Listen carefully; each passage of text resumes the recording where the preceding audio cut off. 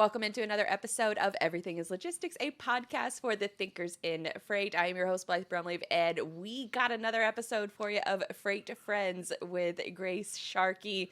We just caught up for about, 35 minutes before we hit the record time. So I think that's a new record for us in order to get started. Yeah, you should have recorded it and then it could have been like pay people to listen to that because there's some pretty spicy stuff from both of our lives that I think people would actually have enjoyed all of that content. So, Yeah, we're talking about the stealing and traveling to, and obviously none of these are related. Freight drama. Also, what else did we hit on is traveling to Japan. yes. So that's three major, I guess, points of the 30-minute conversation while we Yeah, just just teaching you short Japanese phrases for about 10 minutes. But we got a really good show for y'all today because we're gonna dive into a few different big topics and then keeping the trend with the last episode where we talk about our favorite logistics of stories, so where products are sourced, how they arrive at your doorstep. So we got a couple of those for you, and then our favorite conspiracy theories. Mine is a little bit more lighthearted this time. Last time I talked about is Britney Spears actually dead or being held somewhere against her will? So that one was a little bit dark. I felt like I needed to go a little bit lighter on this one. So we got those a little bit later in the show. But first, the main topic for this week's show is we want to talk about how to spot scams online and how you can do it too. Now, both of us have been working in media in some capacity for the better part, I think, I know I've been working in media and working online since 2007, but you've been working in it for, I think, a handful of years now, too. So you obviously cover the industry in more of a professional manner, journalistic integrity, all of that good stuff. So we're going to learn from the journalistic side of things and then also from just a casual, just sort of internet perouser, I guess. I don't even know if that's a word. Internet peruser. Perhaps. Yeah. Yeah. Peruser. Yeah. Yeah, it is today. Yeah. So I scour the internet and, my history working in sports broadcasting and transferring that over to logistics. There are definitely some tips that we use to spot potential scams online, try to communicate those to friends and family. And, with all the things that are going on with content or have been going on with content moderation and fake news, misinformation, all of that, it's only going to get more challenging to spot these scams online with the I guess mass adoption of AI, marketing technology, things like that, where deep fakes are very easy to make at a very affordable rate. So that's the reason why I wanted to bring up this main topic. Because, since we're media people, it's our job to scour the internet, find those good stories, research those good stories. But what are some scams that you see regularly that people fall for? Well, I would say, there's a lot of it, especially like on Twitter. It's For me, I think a lot of times you'll see like ads and things of that nature that are really kind of off-putting. When it comes to like media, though, it's really funny. Like I think the biggest issue that I have, and these are also sites that are usually not as popular. I think that's a big part, right? Is like make sure you know what the sites you're looking at and kind of go to its about page, founding page, look it up on Wikipedia, see how long it's been around, who's contributing to it, etc. But their clickbait is like such a huge issue, I think, especially I started to catch on to it over the last couple elections, right? You'll find these like huge, like awe dropping, like um, headlines, right? One example I remember forever ago was like um, Michelle Obama screams at her children or something like that. And I remember like clicking on the article and I'm reading it, and it's like just a positive article about Trump's like wife. I can't remember her name now, but it was like Oh, that Melania. kind. Yeah, Melania, and it's that type. And I remember getting done with it, and I was like, wait, they didn't even say Michelle Obama's name in this. So it's like for me, I would tell people to really know the good news and media sites. There's different. If you search right now on Google, like the honest websites, you'll see kind of the ones that frame maybe more towards the right, as people say, or the left. I always say try to do the moderate. I mean, there's even just everyone out there, I'm not even taking a side because I've been on very left media sites where it's like, okay, that's an opinion. Same with the other side. So I would say like most of the most medium sites, it's like MSNBC is pretty good at being non-biased. Um, I would also say CNN can be, depends on like what exactly they're talking about. If it's more of like an opinion type of article or just an overall panel discussion, sometimes they skew a little bit more left. But if you're looking at like dropping breaking news, I'd say CNN is like my go-to. Mhm. CNBC is another huge one too. CNBC, Uh, I love. CNBC I think is my favorite because money has no bias, so it's like that's where you're gonna find the true news most of the time. Now again, there's opinions, so you have to don't take everything that happens on CNBC and go buy stock right away, right? But Especially after this week's news. yeah, They're firing exactly. their executive director or president, Chris Licht. I think Yes, that I was think his that's title. was that CNN, I think, Yeah, right? Yeah. CNN. And Mm-hmm. he's only been on the job for a year, and he basically got fired for telling the truth about, Yeah. how that platform has evolved. Right? And I think just in general is to really ask yourself like how wild is this news? Hmm. And then go to other sources and see if they're reporting it too. It's especially you'll see I think on like Twitter, right? You'll see like so and so died, and I can't tell you how many times that's caught me before where I'm Oh, like, Betty White. no, yeah, All the time. yeah, yeah, the poor lady. And so always check for another source. I think Hmm. that's the biggest thing. It's like make sure you're getting all sides of the story. Make sure you're not just taking rumors for facts. And almost in any regard, right? Even if you see like your aunt or your cousin post something that's not sourced, that's a huge part of it, Or right? like just a meme photo that's Yeah. been clearly photoshopped. It's pixelated to hell. It's like, come on, these are easy Yes. layups to say that, there might be something else going on here. Look for like links as well within articles. That's something that our shout out to Meg, our wonderful editor in chief, is like always honest about. Like Hmm. one, I think that does help with traffic, right? And the SEO type of stuff as Sure. well on your end. But for me, I think it's helpful if I read an article to say, okay, cool, here's different links that I can go back and fact check this point that they're making. You'll see it in my articles too. Like if I'm ever for example, if you saw the next trucking article that we just did, that came from a rumor from, well, one's finally confirmed, but rumor from the information. But when I wanted to get opinions on it, I reached out to individuals that I knew were well versed in the industry and would give an opinion that I think showed both sides of the story, Hmm. right? A lot of times, I mean, especially next, right? I think there's some people that say, yeah, that business model is just never going to work. There are ways for all businesses to work out in the end. So that's why I reached out to Ryan Schreiber. I knew that he would have something a little bit more positive in that direction to say. But I also know of the rumors and the individual that shall continue to be named anonymous.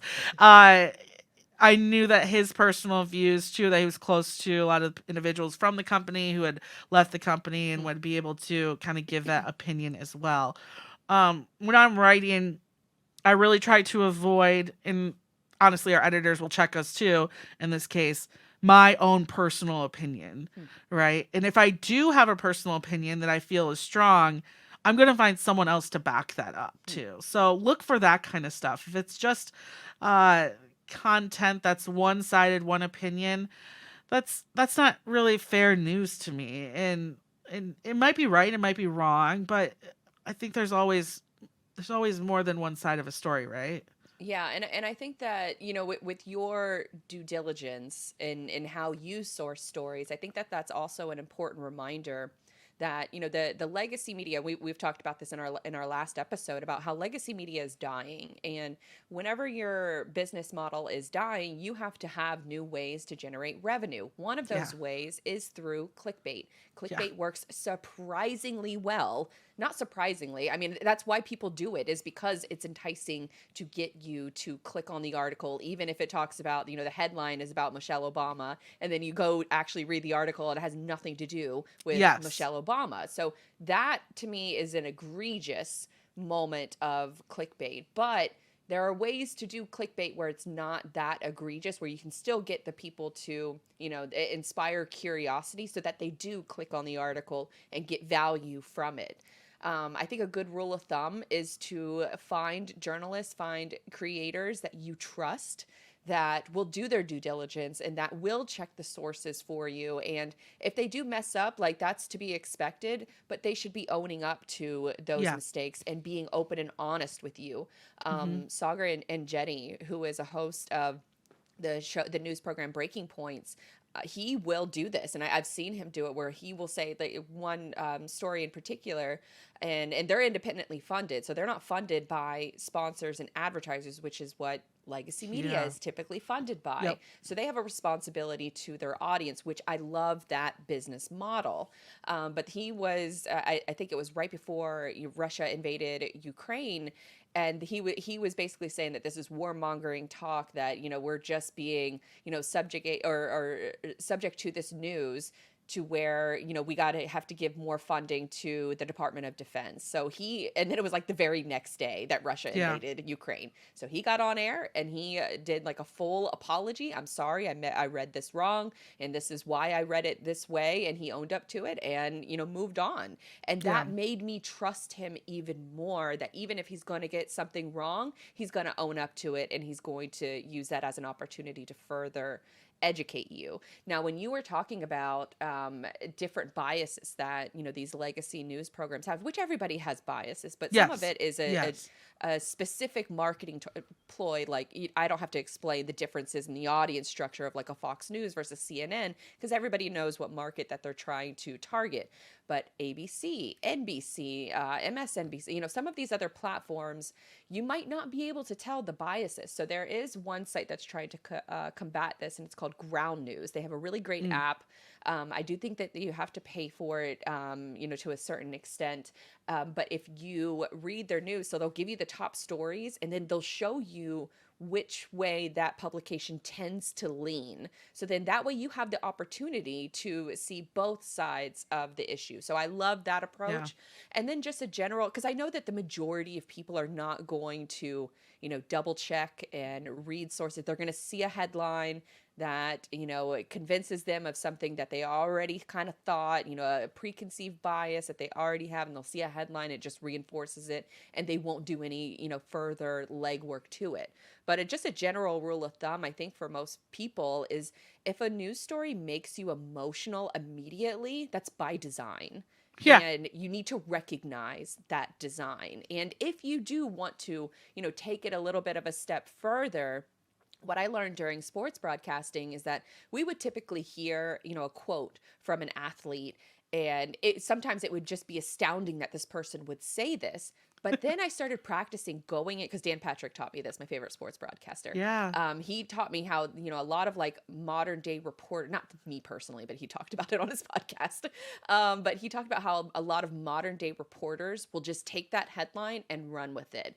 Where he found an edge and where he found an advantage is he would go and he would find out what was the question that was asked before that answer. What was the question that was asked after Yes. that answer? So that was key in figuring out where that person was coming from, the context, the nuance of that answer. And I can't tell you how many times, like, my other co-hosts on the radio show did not do that. And Hmm. I actually had an advantage broadcasting wise because I did that. So if you are a fan of any kind of sports, politicians, anything like that, be in the habit of recognizing news that makes you emotional, recognize that feeling, and then just wait. Wait for the Yeah. story to kind of, work itself out. The breaking news is probably, I don't want to say like the biggest cancer on like our media environment, but it really is, because people are addicted to being first. They're not addicted to being right. And that's Yeah. where I think a lot of our issues come from. Like just last week, there was a story about, an AI powered drone that was gonna, go attack this place. And, the general gave it specific orders, and the AI drone instead, like, wanted to do something else. So it came and killed the operator, the drone operator, and then went and carried on that article circled. I debated that article. My friends and family sent it to me. It came up in conversation. That story was debunked a day later. A day later. So it just how quick that news, fake news, it travels. Yeah. What does they say? Like a lie will travel around the world before the truth has the answer. Can be heard. Something like that. I just butchered that quote, but Well, and that's where I kind of stand. it sounds like a lot of it too, I think, stems from the creation of like 24-hour news Mhm. cycles, because it's interesting to go remember the good old Russia balloons, right? Uh Imagine having to discuss that on air with no resources of to like what's going on with that For the for Chinese balloons, is that what hours. you mean? Yeah, the Okay, okay. Chinese balloons. Look at me starting a rumor. The China, and so it's like, uh, to be able to talk about that for even more than like 15 minutes, you're probably making something up at some point, or you're making an assumption that you have no idea. Where it was interesting because I remember watching an interview with a CIA guy after it was all finished, and they're like, "Why did you wait so long?" Because I remember everyone the whole time was like, oh, they don't want it to like fall on people, and people are like, how much could this really hurt someone? Just like drop it. And he made like a really interesting point that was like, oh, well, we wanted to see what it was watching. Like we actually can learn more as a CIA Huh. watching what it's doing. Like what does it want, right? Than like just stopping it. Cause like, yes, we could have just stopped it, but there's nothing that it's not like this balloon can like get into everyone's bank accounts and like take the money from America, but they were interested in what exactly it was doing, so they Hmm. wanted to observe it, and then of course then wait till it was safe and then See, take it that's such a down. reasonable explanation And instead isn't of that a just more interesting story right. too? And that's what sometimes like even it's interesting because sometimes freightways we might not get the initial story because it goes to like some of these guys will go to Wall Street first, or even like the Information Next trucking story, right? I could have put out an article 2 seconds after the information article came out, Hmm. right? And it would have been short. It would have been pretty much the same thing. But I that's where I feel like it's more fun as a journalist to sit back and say, okay, let's like dive into this though and really address what this problem is that we're seeing in this story, right? We're seeing that the investment in this space was just insane, right? People Hmm. were getting insane evaluations or valuations and investment dollars that we're now learning, hopefully people in the story that read the story now, that was just way too much, and there's no way Hmm. it's going to sell for that much. And that's the real point of it. It's not fun for me. Maybe it's fun breaking the news in that sense, but I had more fun being able to help people understand why that story was so interesting for the information, right? Now the information where it's at in like a level of journalism, you want to say, in terms of like audience level, that's not their main goal. So it's just like, I actually did hear from the girl who wrote the original article, and she was very nice and said that she really liked our analysis of it and points of view and everything like that. So it's, you have to understand that like some level, the like Wall Street, if Wall Street Journal got an article like that, they're only going to give it so much coverage and so much work. Uh, that it's, I feel like it's our job as Freightways to really dive into maybe some of the bigger stories that you're seeing, and really give our expertise even more. So that's, sometimes I actually like reading smaller publications because you get to learn that little bit more. Retail Dive is another great one, right? If you're ever seen, well, our Supply Chain Dive is another one. But same thing, like if you ever read something about patents, we'll go to patentlaw.com, I think it is, because they'll probably have more information on it. Hmm. And so when you say like how do you kind of go cipher through that news, like take the news from the top one but follow the story, and see who's even diving deeper into it, because you might learn a little bit more. And I think that's how news is really trending for a Yeah. lot of folks, is that you want to have that nuanced opinion. I think a lot of folks do realize that the breaking news cycle, because for we're not built like, as a human species, we are not built to have all of this information inputted into our eyeballs, into our brains every single day, all day, everywhere we look. Human biology will tell you that, hunter gatherer days, that we had to pay attention to the foods that were poisonous, the Yeah. animals that were dangerous, and it was programmed in our mind to remember the bad things in order for survival. But Yeah. now, if you post a picture to Instagram, you might get 30. I mean, back maybe the glory days when organic reach was still there, but you might get 30 comments that are all, just "you're beautiful" or whatever, "great job," but you get that one comment that is negative, and that's why you remember it. And Yeah. so with our habits of nowadays, of just trying to, digest all of this news, you can't. So don't Yeah. try to.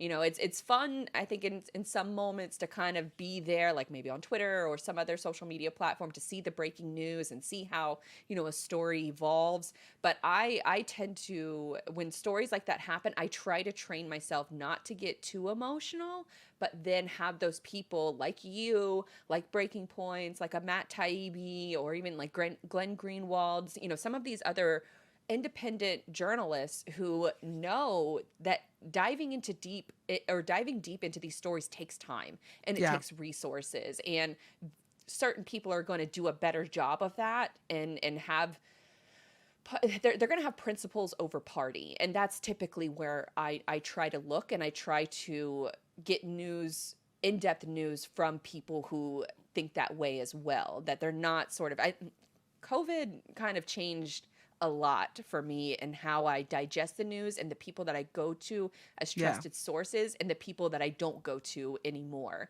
And it's just, I feel like, a lot of legacy media is all corrupt, and it's all, sort of Yes. funded by intelligence agencies and governments and big corporations. Meanwhile, going to the people who are on the ground, independent listener funded models, people who, practice going in depth like yourself. I think that that's the future of news. And I think it's more, supporting at the independent level, versus, some of these larger legacy news channels, which are, I think they're in real trouble. Yeah, it's it's interesting. It reminds me of a couple of individuals. Well, one. So I was gonna say Clarissa Haas, right? She's our main investigative reporter, and she's, I think, one of our most underestimated reporters at Freightwaves, Yeah, and she's great. she underestimates herself too. I will say that. But whenever you see one of her stories, like, please, because sometimes I think people will say, listen, I know some people want to say sometimes that we put out like clickbait headlines. No, we don't. We put out great headlines that have you read the whole story, because I've seen the data. You read the whole thing when it's a Mm. clickbait headline. But sometimes I think people say like, we're there. A lot of times we cover like those layout stories, those a lot of the stuff that she does report on. I will tell you right now that does the most due diligence I've ever seen from a reporter on any type of story like that. She will work her butt off to find out what's really happening. And a lot of times with her stories, that's why you so often see multiple parts to them. Know that there's probably even more juice in that orange that she did not publish, Hmm. because she did not feel like she had enough people to verify that juice in order to put that out there. And that's why you'll see sometimes that this is a part of a series. This is something I'm working on. She's been working on like a murder with the FBI for like decades. Wow. Like, and that's so there's, I just want people to understand as well that sometimes there might be, maybe a story comes out and you hear rumors about something else happening. Well, it's probably because that writer of the article, the journalist, didn't have enough sources that they felt comfortable making that point. And that's the type of stuff I really love. I think there's sometimes a lot gossip column stuff like that that will put out news that ends up being true, But I respect those that like kind of go out of their way to of course make sure everything is valid. And that's really, I feel like she's really influenced me to do the same thing. If I hear a rumor, that's great. But if I can't find anyone to, even as an anonymous source, come and say that that's accurate, like, then we're just spreading gossip, and it's not that's not journalism to me. But so just realize the sources do matter, and the due diligence is definitely done. And on your point too of like bias, non-biased media, I've totally opened my eyes to a lot of that too. That's why I love so many different podcasts.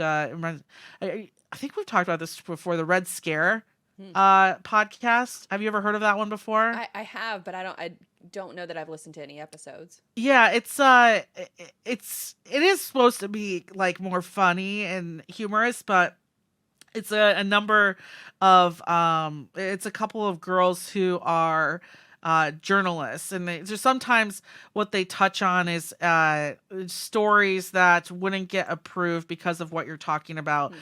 because the funders of certain sources are saying no, no, no, this can't go out. And so there's uh I always feel like I bring this up every time I'm on the show, but Tim Dillon, if you go back through some of his, no, he does a really good job of He like does. bringing on these journalists who like, there was one girl he had on who's like, she can't even come back to America because she's basically been blacklisted from like working for most large news journalists, but um she's basically like has been showcasing issues with a lot of large political families and parties, and nothing that she's researching is false. She's got sources for everything that she Hmm. writes about, but it's like it's sad that I think she was like living in like Guatemala, like off the grid, because of like the danger of like some of the stuff that she's been able to find and source. So Well, I mean, even Clarissa, like, she has to take certain yeah, protections to get yeah. protected from trucking companies. Yes, yeah, no, yeah, and we make fun of her all the time too because she's like,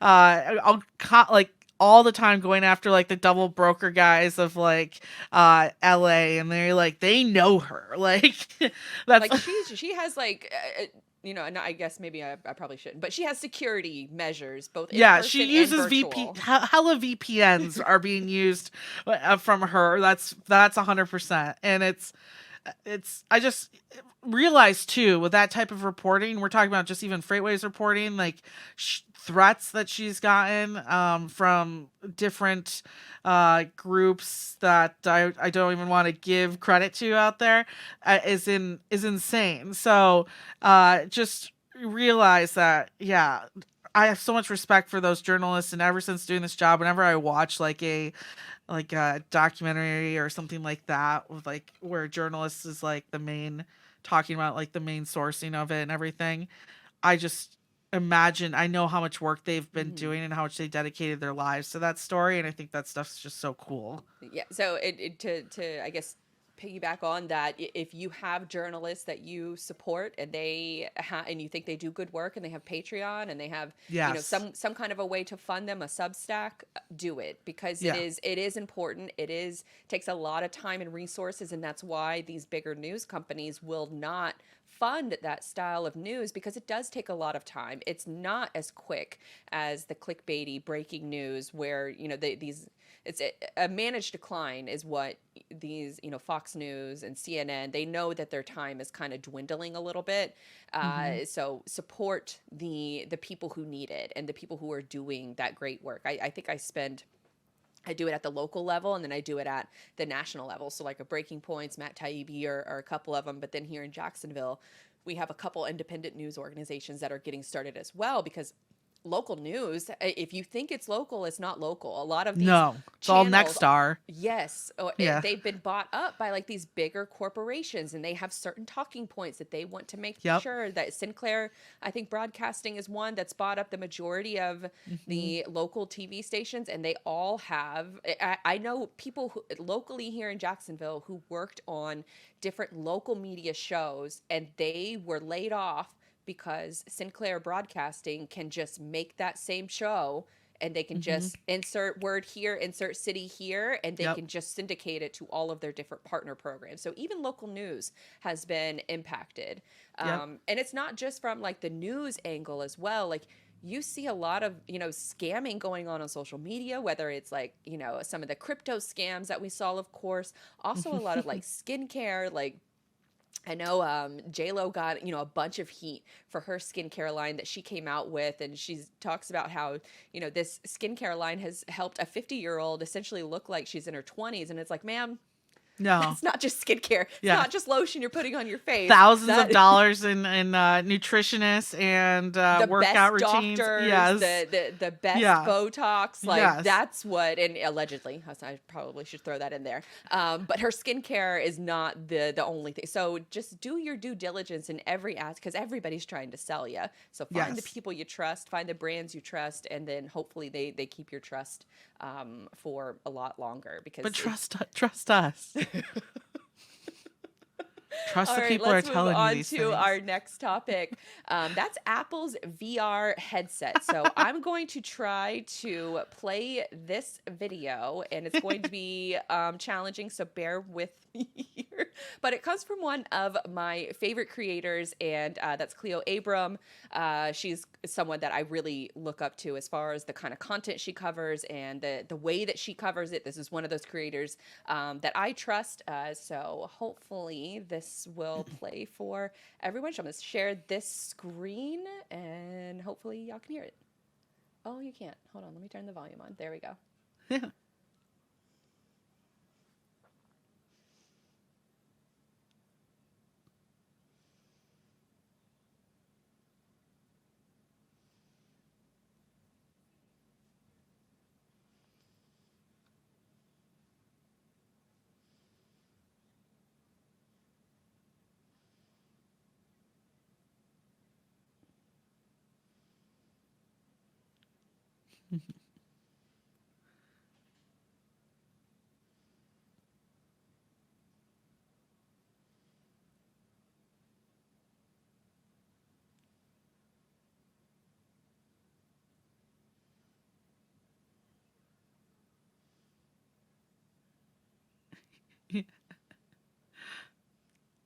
So, initial thoughts on Apple's new VR AR headset.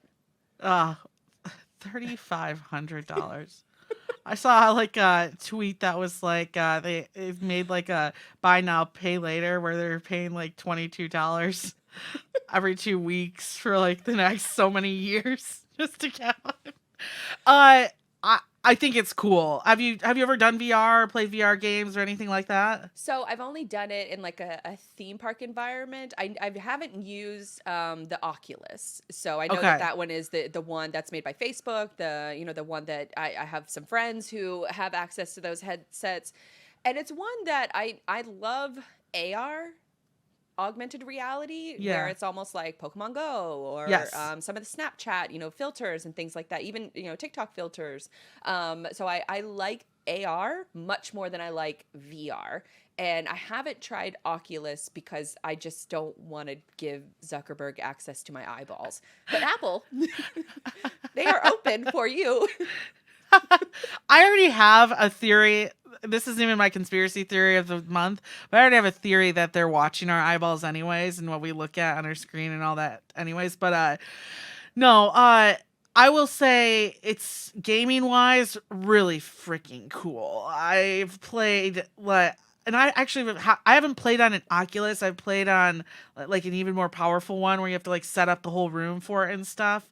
And it was insane and like just it's so crazy to like look down at your hands, and look like in the game I was fighting zombies and I was holding like a flashlight and a gun and it like even though I wasn't holding them, the way that your brain works with what it sees Mm. and everything, it felt like it was just like it's really strange phenomenon to kind of explain. And it just was so real. And like, when you play a video game, sometimes you forget about what's happening behind you. So I remember like like I'm like standing there, I'm like, oh, there's no zombies, blah blah, and I turn around and I literally like scream bloody murder because there's one like just like breathing on my neck, like Yeah, no. I from would behind. Yeah, cry and run yeah, away. like I literally was like screaming. They played another dinosaur one too that was insane, but it's I do question like how this will become popular because I just feel like as much as we are already so engraved in our phones into social media, I do feel like there's this like level of people wanting to push against that even in our generation, like going outdoors and like almost like doing these like complete off the grid type of trips that I just wonder like how engraved into our everyday lives this could become. Um and also cuz like a lot of times I've seen in these like VR programs like for the business level, they'll say like, "Hey, we can have a meeting, and we can all see what each other looks like." And it's like, well, that's not what we look like though, and that's not how. I would hate to like make friends with someone virtually and then like end up meeting them in real life and they're nothing like Hmm. what they see.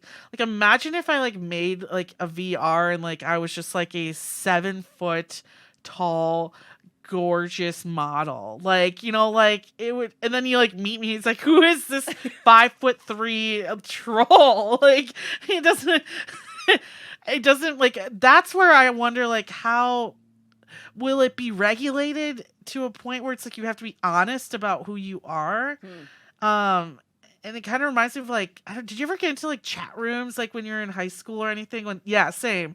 Like you would pretend to be someone else, but you like did that knowing that you would like purposely were hopefully never see these individuals in your life. Right. Like you weren't doing that to like people that you want to like be with. So part of me is just like what is this what in my life do I need a virtual reality of that Well, the actual reality isn't working? so there's a show, and you haven't, not Black Mirror, but it's kind of similar, I guess, but it's a self-contained show. It's not like individual episodes are self-contained, kind of like Black Mirror. Yeah. But it's called The Feed, and it's free on like Amazon Prime Video, and it came out in 2019, and it's essentially what I envision like social media news and memories is going to get to. And the new Apple VR set is very scarily Similar? similar to that. So in that show, it's almost a brain implant that is put into your mind, and so everything you see is documented and recorded. And so the theory is like the good side of it is so you have all of these memories that you can go back and you can hit play on again, or you can, share like your Mm. child's birthday. If you saw it with your eyes, it's recorded and stored in your own database. The thing with this show though is that I guess the plot line behind it is that someone hacks into that system and implants the wrong implants like a murder into your database that showed you committing. And so you have to kind of go through like the motions of it's a really like fascinating series. And as soon as I saw it, I was like, wow, this is pretty much where probably social media is going to go, where it's not in, or your computer is not in your hands anymore via the phone. It's really implanted into your brain. Because similar to how you kind of feel with the headset, I don't there are still rumors of like how heavy is this headset going to Yeah. be. The battery pack itself is not attached to the headset. So you have to kind of put Mm. that in your pocket, and it's only good. The charge is only good for 2 hours. So I also kind of wonder like how the $3,500 for 2 hours? and so well with a lot of Oh, Apple products, the first gen is yeah. not the best. Yes.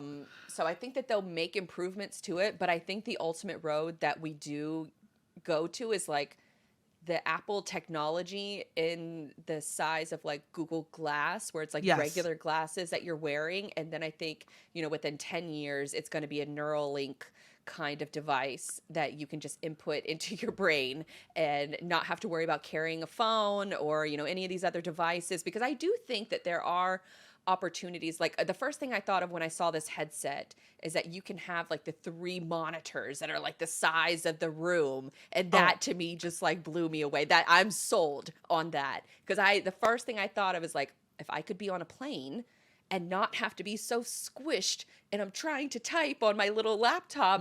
I could just have Mm. these glasses on and have And just three different like, screens and still be able to work like super efficiently. I also yeah, thought, but oh, go to ahead. like push against that though, do you feel then that you would end up working too much? Like Probably. I'm already a workaholic. yeah, do you know what I mean? Like it's see, my first thing was, oh, you're right. Like if you took that to like a Beyonce concert, then you could film the whole thing and see it all day while also experiencing it. See, for me, it would that would be something really cool to take. That's a one-time experience that I could also capture and see over and over again. Where it's like, I guess, and you're almost looking at it as an application that can be used to yeah, allow you to work at all times wherever you want. That's Well, insane. there were other use cases too. No, but yeah. What was it? So you can sit courtside at a game. Like I will probably never reach that level of being able to afford it, celebrity Yeah. level to sit courtside at a game. But that would be amazing to be able to, like, if the NBA were to. There's also rumors that Disney is going to be developing, something for Apple's VR headset, so you could walk through theoretically a Disney park with that headset on. There's also the application of using it at an NBA game, where if the NBA partnered with Apple, then you would be able to sit courtside instead of the traditional TV broadcast. So Yeah. those applications sound really cool to me. And then thinking about it from the lens of supply chain and logistics, I think driver training could probably be really Yes. upgraded using these headsets. Yes. Digital twin environment. I have a buddy Yes. who works in at Mercedes Benz, and they currently use the Yep. Microsoft HoloLens to. He's an engineer, so he's responsible for troubleshooting any kind of mechanical or electric car issues. And so for a lot of their tutorials, they film them with the HoloLens on, and so they'll go through and like fix the car. He said that the technology is a little bit wonky, and so the best use case for them now, like they started it with like a lot of hubbub, thinking that it would change, as far as like how they manufacture and diagnose cars and troubleshoot them. But he said that now there's a lot of, sort of the only possibility that you can really use this technology is just giving access to your customers and giving them like support requests. So See, that's how they're that's using their videos for that's what that I'm use wondering, if case. it's like, if it's something that people will get and adopt and think maybe it's something it could be something what much more powerful than it ends up being, but still useful in a way like that, right? Like, um, even at some level, like we have a cell phone that could has the computing power to do pretty much anything, but we don't really use it for the power 100% to that level, right? Like we still use it for social media and fun and ways that probably wasn't initially thought of. So I just wonder. It's and you're right. Actually, I mean, there's actually a lot of this. I think almost more of au- um uh AR, like augmented AR. reality. Yeah, right. When it comes to supply chain twins and that kind of stuff. I mean, I just if you a point of sale as one of my podcasts. I just did a whole episode on Nvidia. Right, they just hit their like $1 trillion market cap, and they're doing some really cool stuff. Their computing chips with Mercedes Benz actually allow them to create like a twin of a new manufacturing space, so they can like all together on teams put together a virtual line. Hmm. And let's say they want to like put a robot somewhere, well someone can like they can move things around. It's basically like the Sims, but also like at the end of situating everything, press play and see what a car how it would come out at the end of it, right?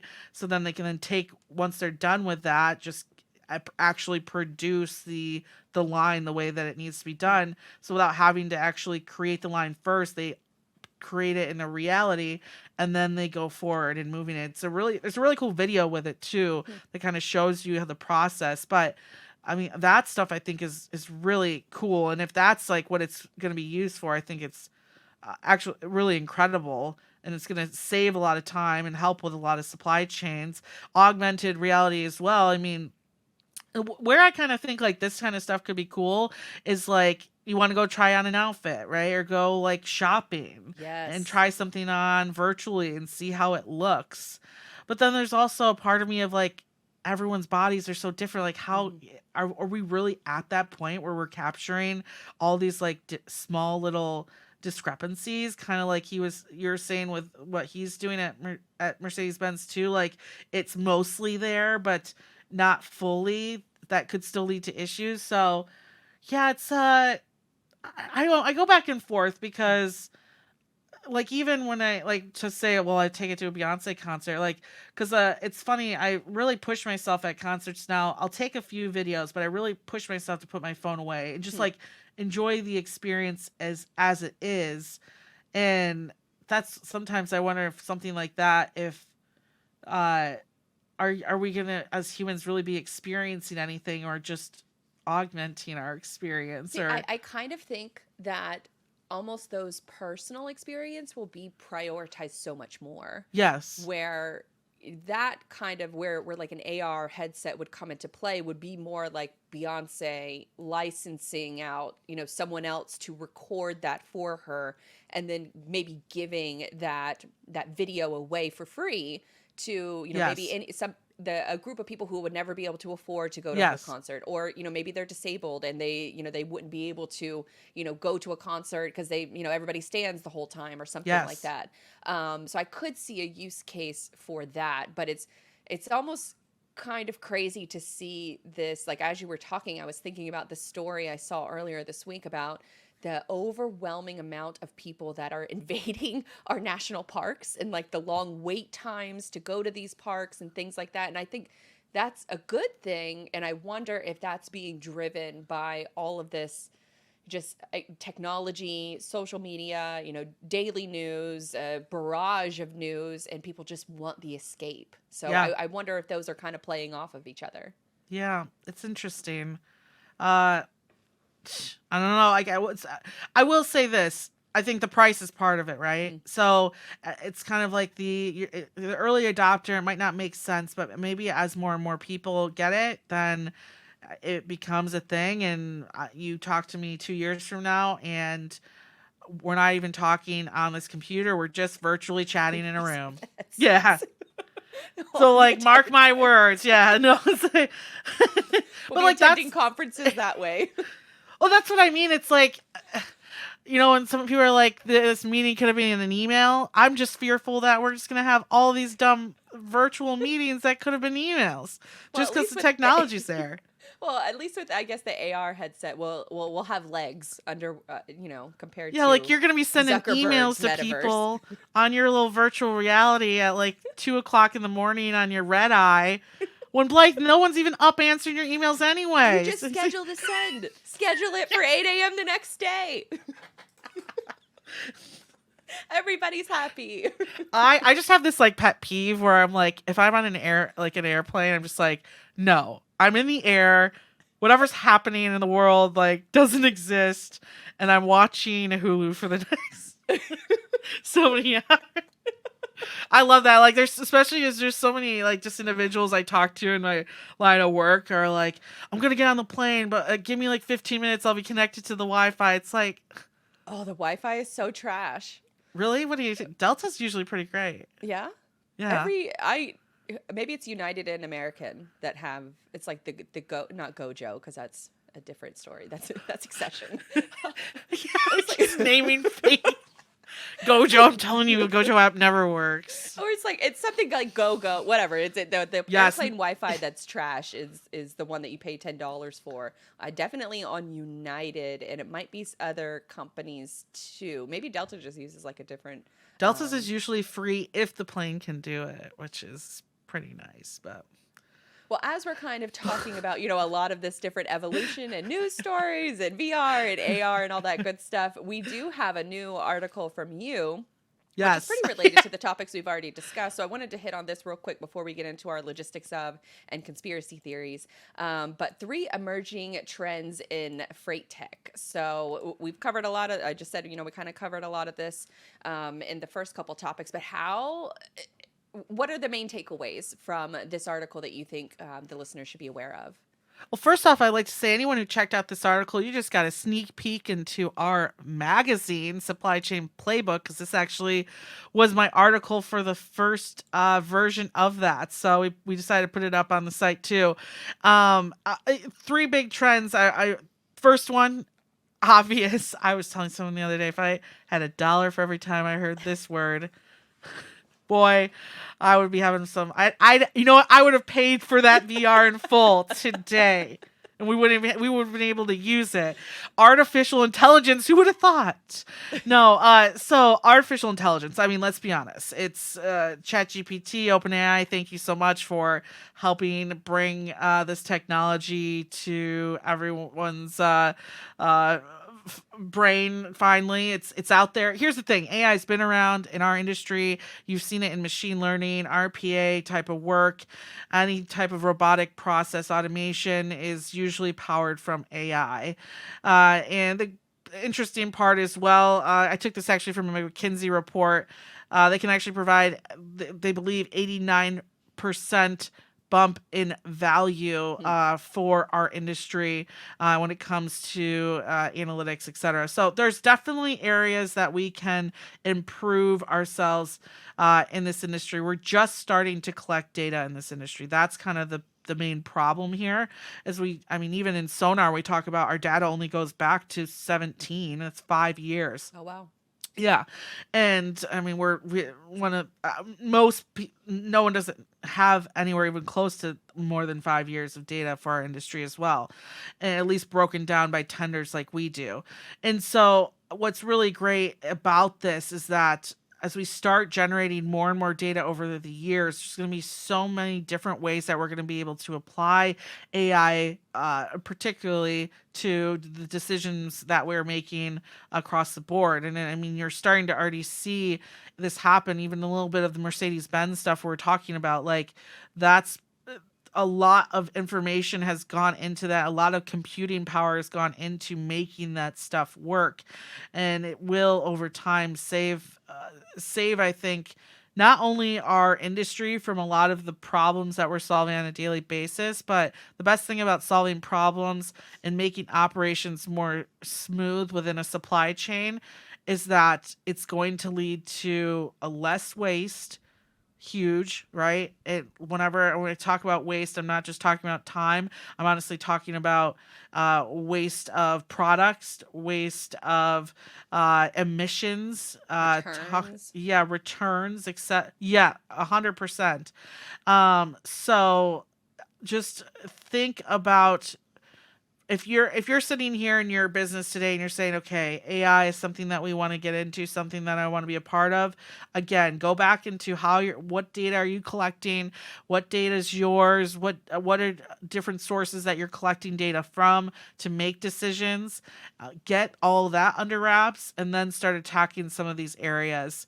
I think it's really important. And again, there's probably some tools that you're already using, pricing algorithms, things of that nature that are already AI related. So that's a huge one.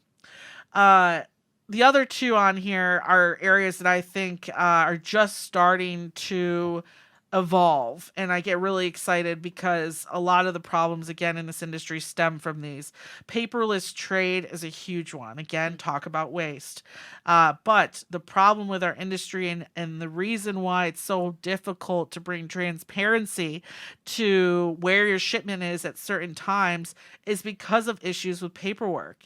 Hmm. And a lot of times when your stuff gets stuck at the port, paperwork. So I would highly figure out within your own logistics, if you're a logistics provider, if you're a carrier shipper, think about ways that you can start doing your logistics services or your shipping processes without using physical paper, without printing anything. Have talking about electronic BOLs, etc. There's a company called My Carrier. I'm absolutely obsessed with this company. I tell people all the time. I think in 2021, my favorite company was Triumph Pay. They bought HubTran, and I thought that was the best for the issues that I think this industry has, one of my favorite acquisitions and partnerships of all time. They're going to be able to do so much for back office in our industry. I tell them, and I tell them this to their face, and they love it. Last year, 2022, My Carrier was one of my favorite companies to report on. They are digitizing the manual processes of the LTL industry, and they're getting rid of BOLs. Now, for anyone who's ever done an LTL shipment, it sucks. It's the worst. You don't make a lot of money off of it. And anytime there's a problem, you're trying to like call some like dispatcher for a terminal in the middle of nowhere who like has no idea where your shipment is, right? And if an LTL shipment gets lost, like we all know that process is a headache. Well, the cool thing about My Carrier is, first of all, there's a large number of really great entrepreneurs that are part of that company that have done really incredible things in this space already. So this isn't like a startup from Silicon Valley type of situation. These are really incredible leaders in our space that have been here for decades, longer so, that are finally getting this problem solved. Um, for instance, so basically what they're doing is they're working with the carriers directly to digitize their processes, and then they're loading everything into the My Carrier system and platform so that you can have full transparency of where your LTL shipments are, where they're moving to. Let's say, here's a perfect example. How many times have you booked an LTL shipment and then when it's done, you figure out you get hit with like a residential fee? Well, that's no more. They're going to be able to tell you when you're booking it, hey, this is a residence, there's going to be an extra fee. And I think sometimes people think LTL carriers enjoy their surcharges. They don't. It slows down their payments, it slows down their processes as well. They don't want to have to send a full 53 footer to find out it's going to a residential neighborhood. So it's a company that's gone to both parties and said, listen, let's fix this. And a lot of these LTL carriers, they just don't have they're not good at the digital side of their industry or just technology in general. So they kind of like put their hands up and they're like, we'll work with you. Let's figure it out. Help us get through this. Help us make this faster. And in particular, I'll give you kind of an example of what they've been able to do. And they're working with the Digital LTL Council as well of the National Motor Freight Traffic Association. Shout out to Debbie Sparks, who's working over there. Oh yeah, and Curtis Garrett as well. He's just started over there Yeah, too. yeah, and he has a great like LTL course too, I think. Yep. I was so happy when I saw that he joined them. A great group. But they actually worked with R.L. Donnelly to digitize their operations as well. By the end of the program, they saw over 200 after just 1 year. $250,000 in cost savings and reduced call volume by 900 calls a day. Wow. And that's just all by getting everything into the cloud and getting it all on one page and one process. It could save the whole industry if every LTL carrier could start moving their products using electronic BOLs over $1.2 billion. So it's honestly one of my favorite areas to look at. And I just, everything about LTL I hate so much, and it's just true. And they even in this article too, I put a related article in there I think you should check out. They've actually recently started working with LoadSure, so that let's say at the end of your shipment, something it goes missing or it's damaged, etc. You get your check right away. There's no huge long process, and they actually give you like a percentage more. Because a lot of times you might have dealt with this where a shipper loses a product and they want the money they would have made if they sold it. Well, most insurance companies don't cover that. They're willing to cover that. And you might be saying, well, like, how does that work? That's how much savings like these processes are saving, that we can now give you back that amount. So I just get really excited when I think of paperless trade now, even worldwide. If we push this worldwide into like global carriers, they could open up more than $30 billion in new trade. That's everyone's just moving so slow from all the different paperwork, and also transactions can't move, right? We're talking about worldwide payments with worldwide banks, with everything being on paper, everything needs to be double checked and verified. Well, if we move that to more of a blockchain electronic system, then we'll speed up all those processes to the point where we could have $30 billion more in new trade. So I think that's absolutely And incredible I love too. that you brought that up because I think for most folks who don't know that any product you buy, it's at least 50% of that product's cost is related to transportation. And so if we can speed up and optimize the processes within the transportation side of things, then that Hmm. opens the door to, obviously greater profits, greater profit margins, and hopefully, ideally, those savings trickle down to the general public where products can be cheaper. And, with the shift in manufacturing, back to or near shoring from overseas. So I think that opens up the door for a lot of these products to kind of stay at the same price point, because what you see like in China is that a lot of a lot of their lower income class is now middle class, and they don't want to do the cheap labor Yeah. anymore. And so Yep. if we're used to those cheap products, we got to make the process a little bit cheaper, because the labor fees aren't going to get any cheaper. That's for sure. Great point. 100%. All right. Last not least, but I think probably of all the three emerging, this one's going to be the most difficult to continue growing, or at least we'll have the most headaches, I think, with adoption, is supply chain finance. Now, uh, if anyone out there might not really understand what supply chain finance is, it's basically factoring, if you're a carrier, whatever, factoring your invoices. It's the same thing, but from the supply side. So for example, a company like Apple, or let's say Procter and Gamble, right? They will actually get supply chain financing or a line of credit so that they can make sure that they're paying you on time, just like a broker would, or like you would, right? So instead, it increases their actual working capital, so that of course they can continue to get products out, and this helps them, of course, keep up with demand, and also scaling their products too. Over 66% of banks have a supply chain finance plan now, and over 38% growth in that strategy between 20 and 21. So, because you got to think sometimes, I think maybe about a smaller shipper. A lot of times, as a broker, you call and you'll say, hey, looking to see when this bill's going to be paid. Some really small companies will come back and tell you, well, our consumer or customer who you delivered to hasn't paid us yet, right? Once we get that payment, we'll pay you. Well, supply chain financing allows that shipper to take out, again, a percent away to pay you faster. And the way they look at it is that they'll get better service, which will lead to more customers. So it's kind of like, well, 2% fees, pretty reasonable for how much we can scale our operations over time. And I think this is great. I mean, this is one, everyone will get paid faster in the long run of things.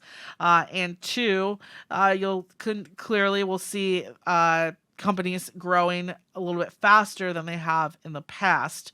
Now, I will say there have been issues with it in Europe, with Credit Suisse, I believe, had they they gave a huge line of credit to, I want to say it was like a steel factory or someone. This happened a couple years ago. You might have remembered it, but it did backfire. So you have to watch it, right? You don't want everyone to kind of be on this like loan system, but it can, for the right shippers with good credit, really open up supply chain efforts as well. So again, a small one, but I think we're going to see more of it over time too. All right. Well, for folks who want to read more of that, I'll be sure to include that link in the show notes. And thanks for dropping that info about my carrier too. So I'll include a link to them in case folks want to check that out. Just hit the show notes and you'll be able to see it. Also, a link to the feed, which I might need to go back and rewatch now with all this, AR, AI, VR, all these acronyms. Might be interesting to go back and watch that show to I see how know. much of it's come true just so quickly. Yeah, for real.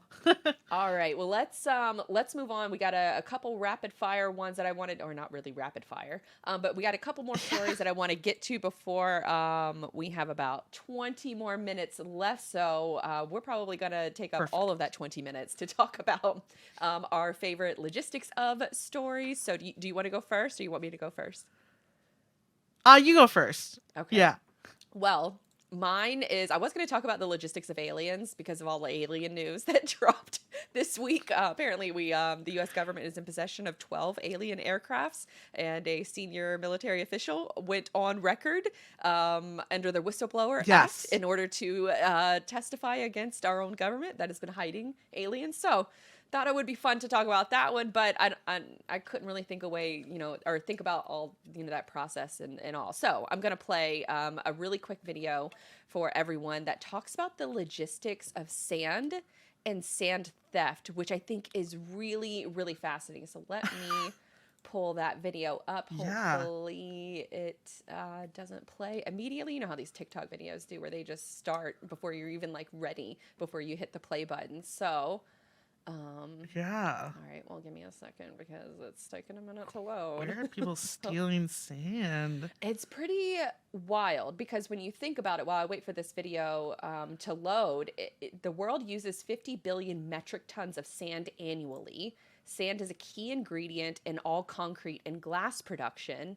And Ah. there are already ongoing Yeah. reports of a mafia style black market for sand. So, those three factoids came from Popular Mechanics. And this video is just, it's not going to, oh, there it goes. Okay, hold on, hold on.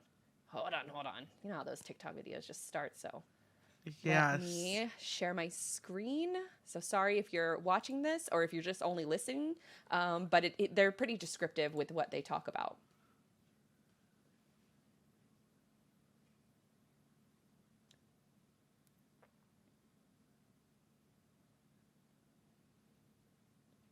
Mm.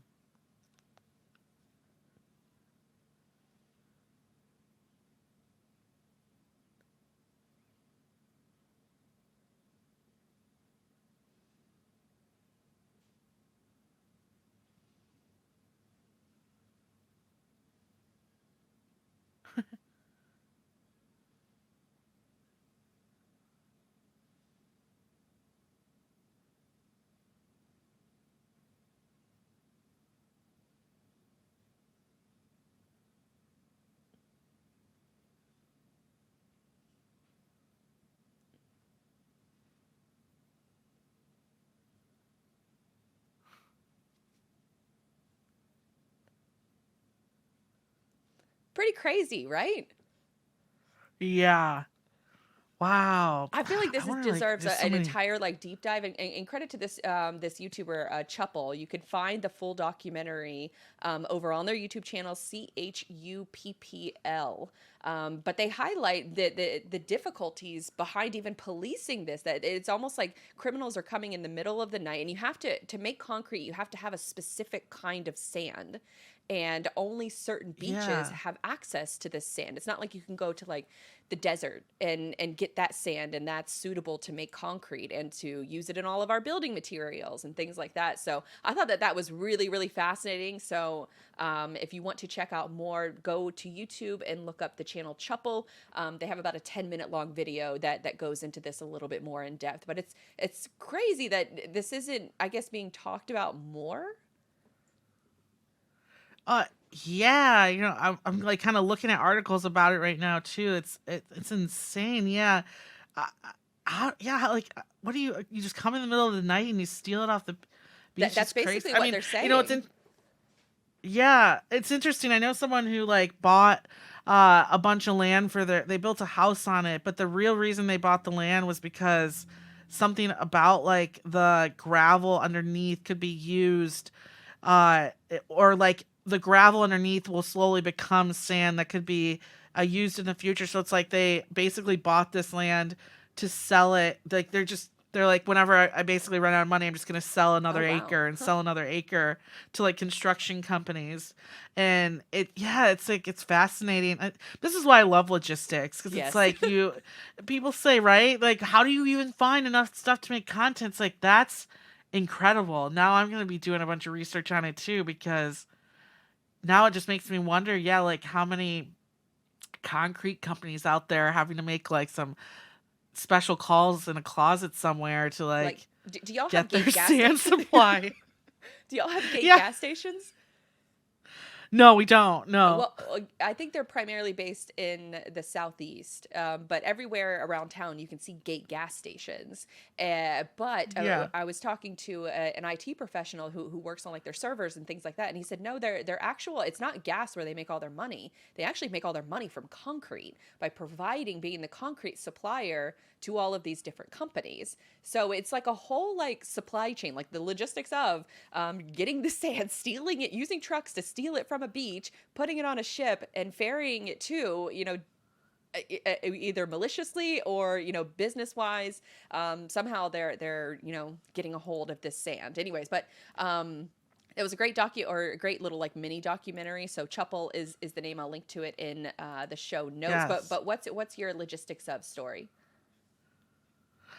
So actually, you can check this out on my point of sale episode from this week. Mine is it's lightly on the logistics of Hollywood paint. So this actually comes from something that dropped about a week or so ago. There's a company that supplies most of Hollywood its paints called Roscoe's, and they use their full worldwide supply chain of basically magenta to supply the Barbie movie their set. And they ran out literally worldwide, ran out of Barbie pink paint. The episode, if you go to YouTube, is called "A World Without Barbie Pink." You can hear me talking about it a little bit as well. But just to give you kind of some background as I was diving into this, first off, Roscoe's as a company, they've actually won Academy Awards, which I think is kind of cool. They won an Academy Award for creating fog fluid, like in the 70s. And in 2001, they won an Academy Award for their day and nighttime backdrops. So kind of crazy that a paint company could win Academy Awards, but it happens. And so they're in an interview about this whole Barbie pink thing, and it actually stems from the 2021 Texas freeze. So remember when the Texas like got way too cold and everyone's In pipes their were grid bursting? and Yep, and their grid was destroyed. Well, during that process, because of especially what paint is made out of, adhesives, resins, etc., they lost millions of gallons of stockpile. And what was interesting is they started to come back online and started to kind of refill those specific paint types. They slowly learned that even though their customer of Hollywood is pretty dang great, they were like third in line behind Home Depot and Lowe's and a lot of their suppliers to get resin, which is like the main ingredient for paint as well. So for the last couple years, they've just been struggling trying to build up their stockpile. And so yeah, it's pretty interesting. They said they got magenta coming out in its next line. There's like 13 colors that they're focused on for this next one. And I also found too, it's the second most needed paint color from Roscoe's behind Barbie pink is actually a color called Van Dyke brown. And it's basically black, but it's like a tad brown. It's like kind of like your hair color, to be honest with you. Like just basically a really dark color where you're like, it's black or brown. I can't figure it out. But yeah, so there's your logistics of Hollywood paint right there. And the Barbie pink is coming back. And if you want a little bit more detail on it, you can go check out Point of Sale on Freightwaves TV as well. here it is. Okay, so I was looking for the podcast, so I found the video. So I'll be sure to link to it. Hopefully, it doesn't just. Of course, it's going to start playing. Okay, sorry about that. But I'm going to Yeah, link you're to it, so good. then that way it makes it super easy for you guys to find it. All right. Well, let's get to we Yeah, got and if check out the episode before that too, and I go into the logistics of retail ice as well. So Oh, I did. I loved that story. I thought that was the one you were gonna pick. Logistics of yeah, retail no, ice. I'm just typing this always out in got case her you hear me. thinking. Just so we make sure that we include this in our glorious show notes. I hate it when somebody mentions something that is supposed to be in the show notes and they don't put it there. Drives me nuts. So hopefully I won't do that to y'all. So let's move on to favorite conspiracy theories at the moment. You want to go first or me? Oh, let's you go first. Okay, so mine is a kind of two parts. So the first part is about whales responding to boat engines and how the maritime industry aims to adapt. And Yes. this research brief, if you guys have are not subscribed to Thetis Text Brief or Tech Brief, they are like a maritime data supply company, but their email newsletter is very, very good. It's one of the few logistics newsletters that I actually get delivered directly into my inbox because I don't want to miss I don't want to miss an issue. But from their issue, it says a new study has found that humpback whales respond more to the sound of wind than they do from noise from ships' engines, despite their similar frequencies. It's long been known that noise from ship engines and propellers can disrupt communication between whales and affect their breeding patterns. But this research has uncovered that when the wind blows, whales sing louder. However, when vessel noise increases, the reaction is not the same. They struggle to communicate, they suffer from higher stress levels, and they swim faster, all of which affect the breeding patterns. Many manufacturers are developing quieter engines and other technologies to target this issue. And in recent months, a new propeller system that aims to substantially reduce the underwater radiated noise generated by ship propellers was launched. And it's called, also, there's another one called bubble curtains are being deployed to isolate machinery noise and minimize Wow. disruption. So it's aimed to help these whale breeding patterns. And so I thought that was fascinating from like the maritime aspect, how they're trying to tackle it. But then on the conspiracy side of things, I don't know if y'all are on like Orca TikTok. I know you're not because you're not on TikTok. But Orca TikTok is thriving No, right now. Like Free I know Willy, I know about this story. which is Yes. crazy that orcas now, there's apparently one orca that was mistreated. The conspiracy theory is that she was mistreated by someone we don't really know, but now she's teaching other orcas how to damage boats, even capsizing them. Yes. So I do have one quick video that I wanted to play, and even if you're not if you're only listening to this, it's a pretty good explainer. So hold on, let me pull that up. Okay, good. So played right away this time. Let me share my screen and then I can hit play.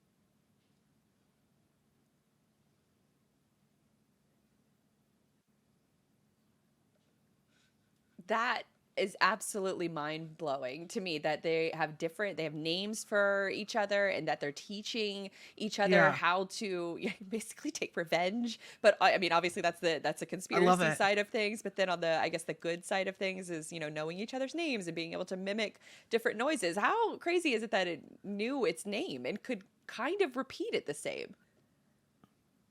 How crazy is it that Free Willy made us really think that that animal wasn't as dangerous as it truly was? Right. I want no orca smoke. Like I saw Blackfish, like Yeah. if they can be trained to I understand want no podcasts, like orcas. I just want them to know I'm on your I was side. There's like a there's a like kind of like Planet Earth on Netflix where it's the one that's kind of more about global climate change and stuff like that, and that this you see the orcas roll in, you go, these suckers are up to no good, and these poor seals are just gone for. And I every time I'm like, these are some powerful freaking animals, dude. Like I love it. I think that that's so cool, and it's so interesting how humans just think we're so smart, and like these animals, it kind of reminds me of like the whole like Last of Us, like fungi or Fungi, whatever you yeah. call it, like yeah, taking over. Like we think we're smart, but we're really just gonna turn into a bunch of mushrooms at the end of the day, it sounds like. So which I'm down for too. That sounds like a hell of a ride. But Sounds pretty fun. yeah, I All guess right. it depends on the type of mushroom I turn into. Yeah, exactly. And how much you take, because that could be a whole. It could Yeah. be like not a good time.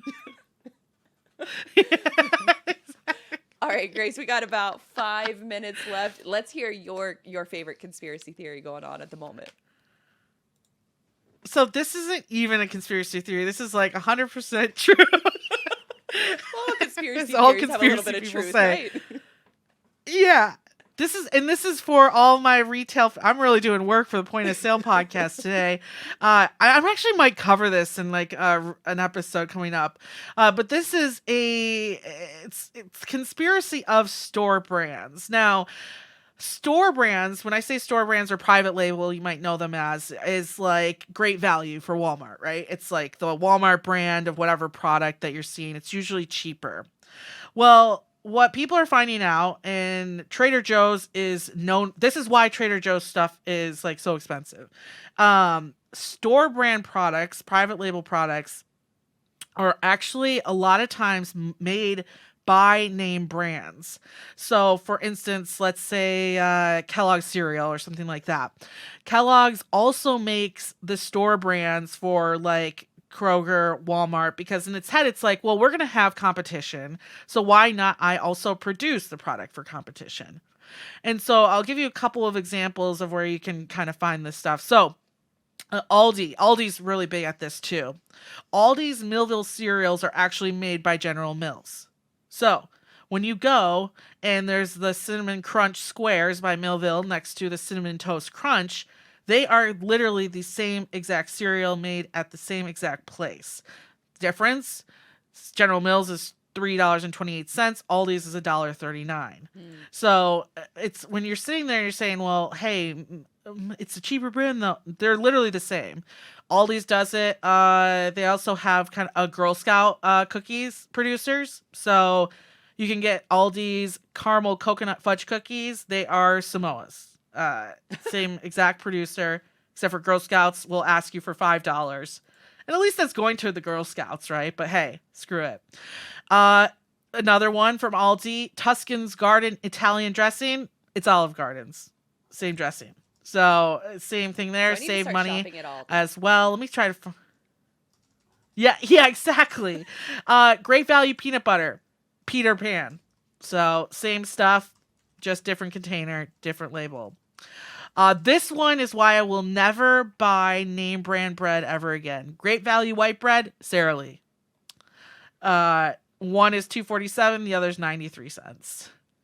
Let me see. You got other ones here for you. Oh, Great Value ice cream, Blue Bunny, same exact producer. And I heard that There's Kirkland, Costco's yes, brand, their vodka that they make, the Kirkland vodka, is the same as Grey is Goose for yes, significantly cheaper. it is. Yes, significantly cheaper. Tyson's does the Great Value chicken. That's crazy, right? So it just really is insane to me to like think Kirkland signature coffee. Who do you think makes it? Maxwell House? Starbucks. What? Starbucks. Oh, I love Costco. Yes. Yeah. Right? I know. I love Costco Trader so much. Joe's makes a lot of money off of this. Trader Joe's pita chips are just Stacy's, just different packaging. So why even Trader buy? Joe's organic chili. Yeah. Why buy Why name what? Why brand buy? anymore? Why not just buy store brand? I think, and now The true the conspiracy. conspiracy has been solved. That's my point. I literally, once did research on this and started learning this, you'll never see this girl spend $1 on a name brand ever again. Never again. And Aldi is on Because Instacart, so I'm it's gonna have literally the to start same. shopping there. Yeah. No, it's great stuff. I mean, Girl Scouts, I think the box is $6 a box now. So I can buy it for $1 something. I mean, Girl Scout cookies all year round. And I think they have the same, the peanut butter one, the tagalongs there. There's a couple of them.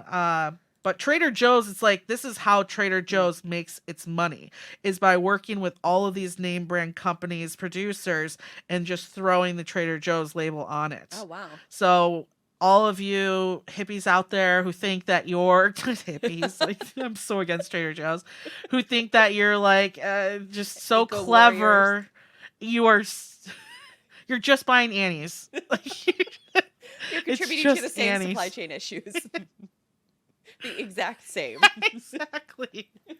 All Exactly. right, Grace, we got a So couple yeah, for everyone minutes. out there who might think, yeah, I was just Go gonna say, go. if you think that you're getting a less value product, you're not. You're getting the same stuff. So buy the store brand, get the same ingredients, and save some money because we're all gonna Yep. need it.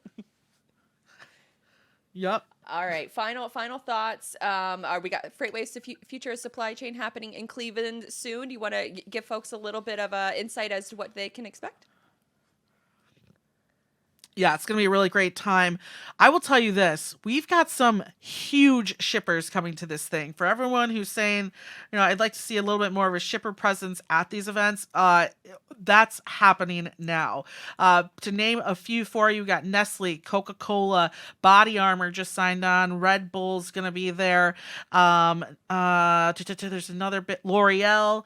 There's a couple more that I'm just like missing off the top of my head, but I'm really excited. We got some big shippers that are going to be there. A number of really great economic workers, analysts, directors, etc. So I think you're gonna leave there with a really great idea of where the economy is going, when we might see a turnaround, and what exactly is fueling the economy today. So if you're sitting there and you're trying to really figure out what to do with your business over the next couple years, don't just think, okay, freight waves, future supply chain, this must just all be tech related. That's not at all the case. I think, like, you were at the one last year. I mean, we left there with a really great idea of like the labor that we're going to need in this country, the immigration issues arising. It's a really great way of getting an update of just where our economy is. I mean, supply chain fuels the economy.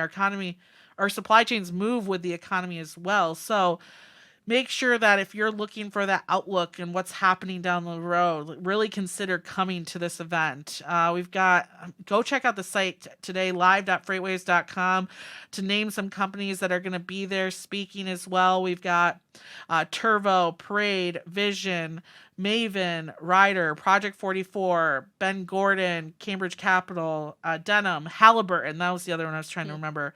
The Port of Cleveland, Revenova, Convoy, Pay Cargo, Torque, Triumph Pay, Echo, Trucker Tools, Pallet Trader, Volterra, Trimble, JB Hunt, of course, Harbor Trucking Associations, Venture 53, this list has gotten way bigger than even yesterday.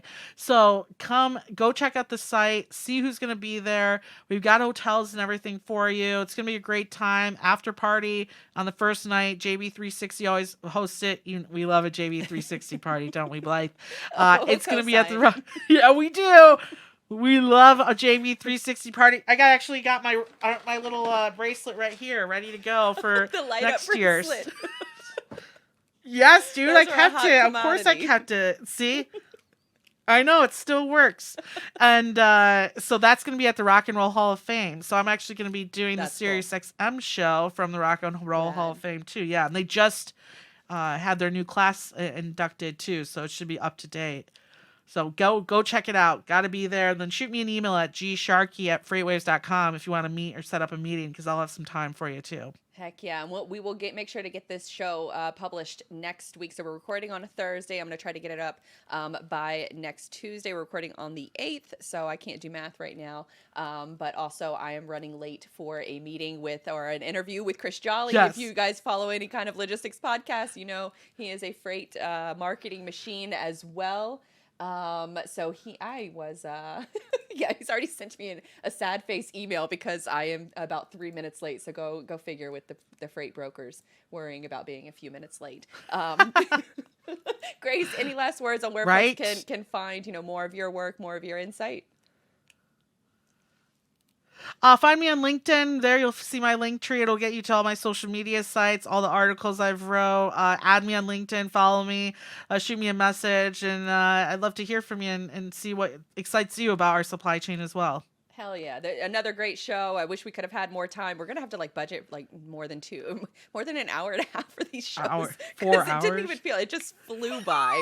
But thank you everyone for listening to another episode of Everything is Logistics. Until next time, another great episode of Freight Friends that happens once a month. Grace, thank you again. You're awesome.